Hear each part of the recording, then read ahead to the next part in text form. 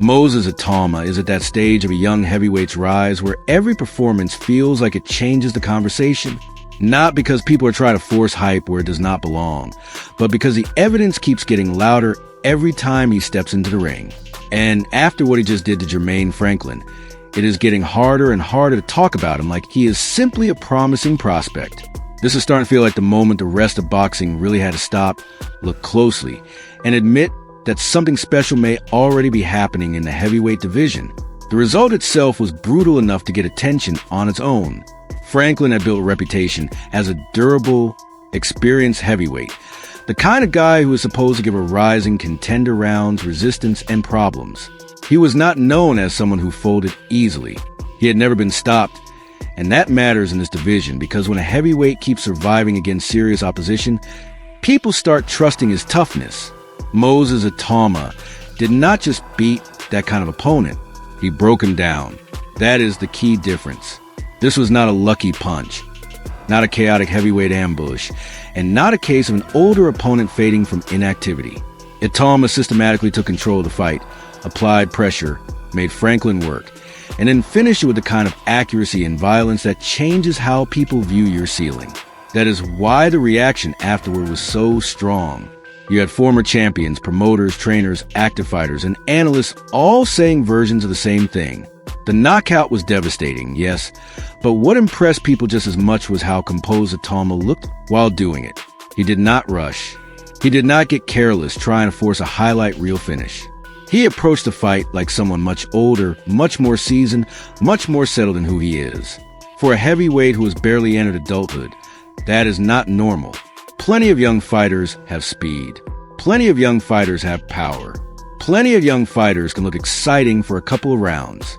What makes people sit up is when a 20 or 21-year-old looks like he understands how to manage a fight, how to stay patient, and how to break down a tough man without losing control of himself.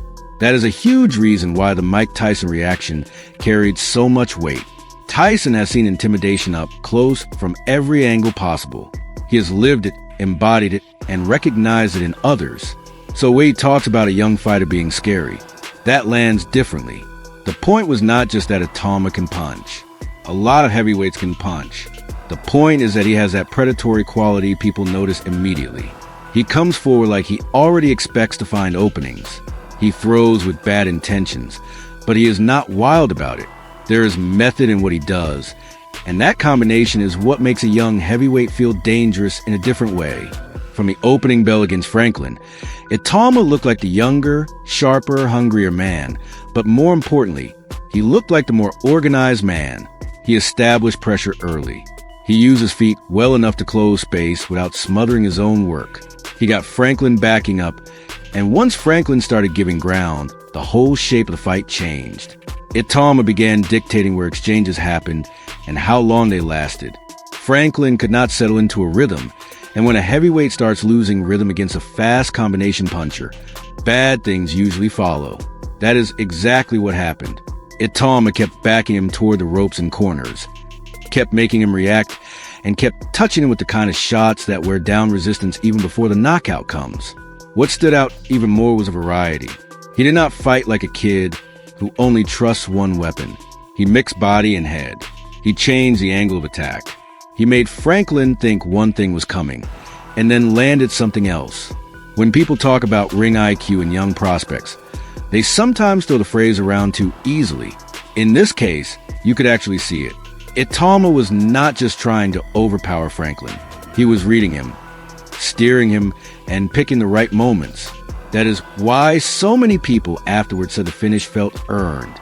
By the time the final shot landed, Franklin had already been taken into deep water, tactically, even if the fight itself did not go late. Franklin himself basically admitted as much afterward. He said he drifted away from the game plan, got drawn into exchanges, and paid the price. That tells you a lot about what was happening in there. A fighter does not just abandon discipline for no reason. Usually it means the opponent has imposed something on him. Itauma made Franklin uncomfortable enough that he stopped fighting the fight he wanted and started fighting the fight Itauma wanted. That is a real sign of control, and for a heavyweight prospect, it is one of the most encouraging signs you can have. Fabio Wardley's reaction was interesting. because it came from someone active, dangerous, and realistic about what he was watching. He was full of praise, but he also made an important point. This was not just about the knockout. It was about the rounds before it. He talked about Itauma winning every round, breaking Franklin apart, showing all the things people already knew, and then adding more on top. That is a sharp observation. Big knockouts can sometimes hide flaws. In this case, the knockout came then a performance that already told you plenty. Itauma boxed well. He carried himself well. He showed that the step up in competition did not unsettle him. And when he did get touched a couple of times, he did not panic. That matters. If a heavyweight prospect looks rattled the first time he feels real resistance, that becomes a concern. Itauma took the moments in stride and kept moving toward the finish. Frank Warren, who has seen plenty of fighters rise and fall, sounded like a man who knows he has something rare on his hands. What stood out in his comments was not only the praise, but the emphasis on professionalism and matchmaking. That is the part a lot of fans ignore when hype starts building. Getting a young heavyweight to world level is not just about how much damage he can do to lower tier opposition. It is about putting him in with the right men at the right moment, allowing him to gain experience without breaking the natural rhythm of his development. Warren clearly believes that process is working perfectly right now. He has spoken about Itauma's speed, power, boxing brain, and maturity, but he has also stressed that the team knows how to move fighters. That matters because heavyweight boxing has ruined plenty of prospects by mistaking excitement for readiness. Still, Warren did not sound like someone trying to cool expectations. Quite the opposite. He openly suggested that with the division shifting and titles potentially becoming available, Itauma could find himself in a world title picture very soon. That is not the kind of thing a promoter says lightly unless he truly believes a fighter can handle it. The heavyweight landscape is always in flux, and when belts start moving around, opportunities appear faster than people expect. So when people start asking whether Itauma can win a world title in 2026, the question no longer sounds absurd. It sounds aggressive but plausible. That is also why the reactions from established names like Alexander Usyk, Daniel Dubois, Amir Khan, and others matter. Usyk is not someone who hands out exaggerated praise for free. He sees angles, balance, maturity, and timing better than almost anyone in the sport. So when he says a young fighter has a big future, that carries technical weight. Dubois was respectful without giving too much away, which is exactly how you would expect an active contender to respond when asked about a dangerous young heavyweight on the rise. He acknowledged the shot, acknowledged the quality of the work, and made it clear he sees a threat, but he did not sound intimidated. That kind of reaction almost makes the future feel even more interesting, because you can already sense that the current names of the division are keeping one eye on Itauma, whether they say it or not. Amir Khan's comments got at the heart of what frightens people most about Itauma. He is still so young.